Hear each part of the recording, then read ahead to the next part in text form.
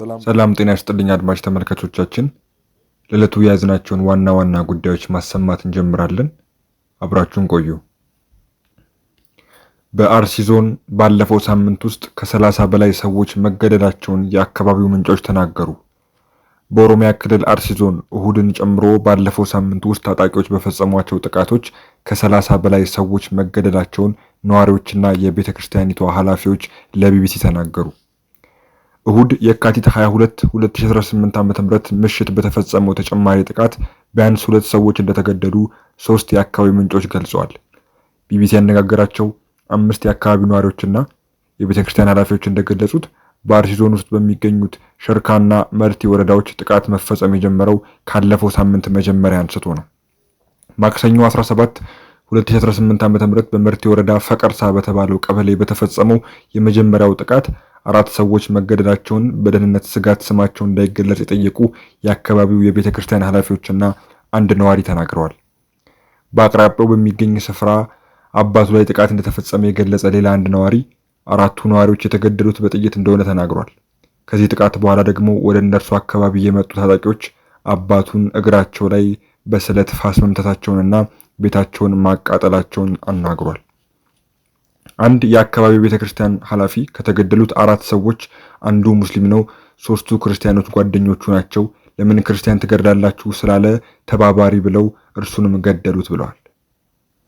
ከፍተኛ የሟቾች ቁጥር የተመዘገበበት ሁለተኛው ጥቃት የደረሰው ደግሞ ሐሙስ የካቲት 19 2018 ዓ.ም እንደሆነ ምንጮቹ አስረድተዋል። በሽርካ ወረዳ ጃዊ ዋጩ ቀበሌ በተፈጸመው በዚህ ጥቃት 19 ሰዎች እንደተገደሉ የቤተክርስቲያን ኃላፊዎችና ነዋሪዎች ተናግረዋል። በአካባቢው የሚገኘው ጃዊ አቡነ ገብረ መንፈስ ቅዱስ ቤተክርስቲያን አባልና የአካባቢው ነዋሪ የሆኑ አንድ ኃላፊ ከቀኑ 9 ሰዓት ሳናስበው መጡብን፣ ከዚያም በኋላ የሆነውን አድርገው 21 ሰው በጥይት ጨርሰው የፈለጉትን ነገር አድርገው ገቡ ሲሉ የተፈጠረውን አስረድተዋል።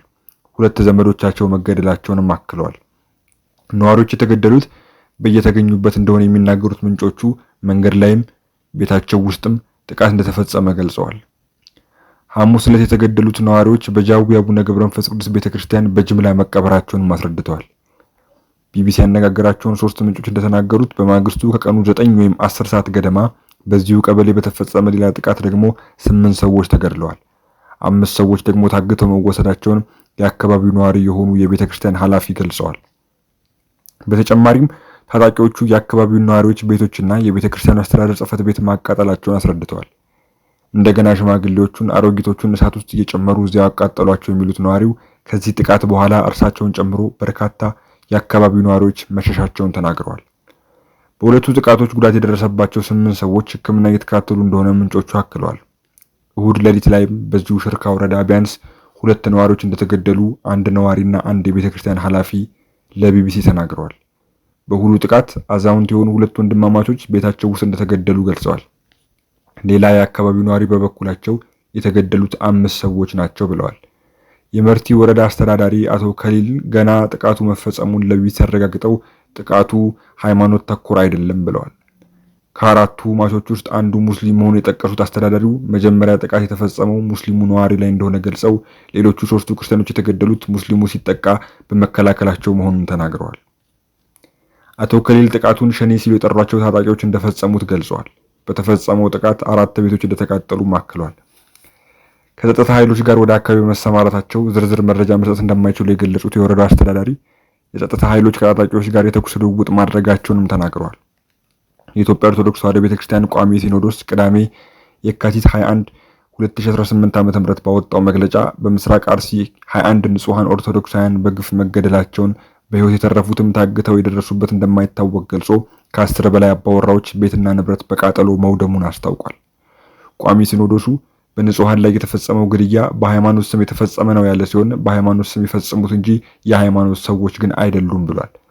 ሲኖዶሱ አክሎም ለረጅም ዘመናት ተከባብረው አብረው በኖሩት የሃይማኖት ተቋማት መካከል ግጭትን መፍጠር ዓላማው በማድረግ ጥቃቱ መፈጸሙን ገልጿል። የእስልምና ሃይማኖት ተከታዮችና ሕዝበ ክርስቲያኑ በጋራ ሊያወግዛቸው ይገባል ሲልም አክሏል። የኢትዮጵያ እስልምና ጉዳዮች ጠቅላይ ምክር ቤት እሁድ የካቲት 22 2018 ዓ.ም ባወጣው መግለጫ በንጹሐን የኦርቶዶክስ ክርስትና ሃይማኖት ተከታዮች ወገኖቻችን ላይ በደረሰው አሰቃቂ አደጋ በእጅጉ አዝነናል ብሏል። ድርጊቱ የትኛውንም ሃይማኖት አይወክልም ያለው ጠቅላይ ምክር ቤቱ ይልቁንም በሃይማኖቶች መካከል ለዘመናት ያለውን የመከባበር እሴት በመናድ በአማኞች መካከል ጥርጣሬና ግጭት ለመፍጠር የተቀነባበረ እኩይ ሴራ ነው ብለን እናምናለን ሲል ገልጿል። የኢትዮጵያ ኦርቶዶክስ ተዋሕዶ ቤተክርስቲያን ቋሚ ሲኖዶስ ደግሞ በምስራቅ አርሲ ሀገረ ስብከት በተደጋጋሚ እየተፈጸመ ያለው ሞትና መፈናቀል የኦርቶዶክስ እምነት ተከታዮች ጥቃቱ በየትኛውም የሀገራችን ክፍል በነጻነት ሰርተው የመኖርና ስርዓተ አምልኮ የመፈጸም ህገ መንግስታዊ መብታቸውን የሚጋፋ ነው ብሏል። የክልሉ መንግስትና የአካባቢው መስተዳደር ችግሩን ለመፍታት ጥረት እያደረገ ነው ያለው ቋሚ ሲኖዶሱ ጥረቱን እንዲያጠናክር ወደፊትም ችግሩ እንዳይደገም ከመሰረቱ የሚፈታ እርምጃ እንዲወስድ ጠይቋል። የኢትዮጵያ የሃይማኖት ተቋማት ጉባኤም የተፈጸመውን ግድያ አውግዞ ይህን ሃይማኖታዊና ሰብአዊ እጅግ ዘግናኝ ተግባር የፈጸሙትን አካላት መንግስት ተከታትሎ ለፍርድ እንዲያቀርብ አሳስቧል።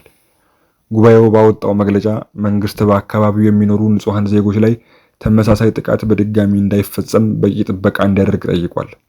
በተጨማሪም ሁሉም የሃይማኖት ተቋማት ይህን ዘግናኝ ተግባር በአንድ ድምፅ እንዲቃወሙ እንዲሁም በአንድነት በመቆም ተመሳሳይ ጥቃት እንዳይፈጠር የሚችሉትን ሁሉ እንዲያደርጉ ጥሪ አቅርቧል። በጥቅምት ወር በምስራቅ አርሲ ዞን በጉና፣ በምርቲ፣ በሸርካና በሆሎንቆ ዋቤ ወረዳዎች ውስጥ በሚገኙ የኦርቶዶክስ ሃይማኖት ተከታዮች ላይ ማንነታቸው ባልታወቁ ታጣቂዎች በተፈጸሙ ጥቃቶች ህፃናትን ጨምሮ 25 ሰዎች መገደላቸውን የተጎጂዎች ቤተሰቦችና በአካባቢው የሚገኙ የኢትዮጵያ ኦርቶዶክስ ተዋሕዶ ቤተክርስቲያን ኃላፊዎች ለቢቢሲ መግለጻቸው ይታወሳል። የፌዴራል መንግስቱም ሆነ የኦሮሚያ ክልል በተከታታይ ቀናት ለተፈጸመው ግድያ እስካሁን ድረስ በይፋ ያሉት ነገር የለም። የአካባቢው ባለስልጣናት የሚፈጸሙትን ጥቃቶች ከሃይማኖት ጋር የሚገናኝ አይደለም በማለት የሚያስተባብሉ ሲሆን ጥቃቱንም አለመፈጸማቸውን ሲክዱ እንደነበረ ጥቅምት ላይ ቢቢሲ በሰራው ዘገባ ማየት ይቻላል። ይህም ችግሩ ዘላቂ መፍትሄ እንዳያገኝ ያደረገ ሲሆን የአካባቢው ነዋሪዎችንም ስጋት ላይ የጣለ ሆኗል። ዘገባው የቢቢሲ ነው።